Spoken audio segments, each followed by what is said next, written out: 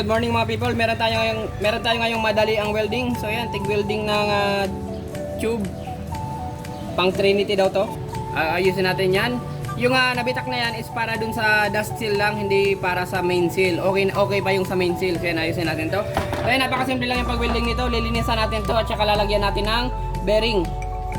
Saktong-sakto tong bearing para maging guide para sa pag-build up natin diyan. Kaya linisan muna natin.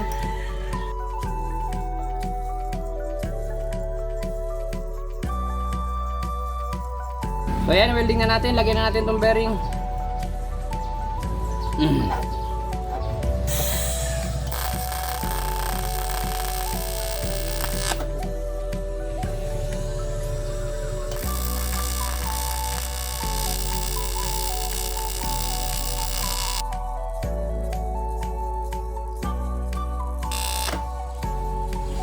I-grind na lang natin yan. Tsaka ayusin natin yung pero yung sa loob, okay na yan kasi susundan yan yung circumference ng bearing.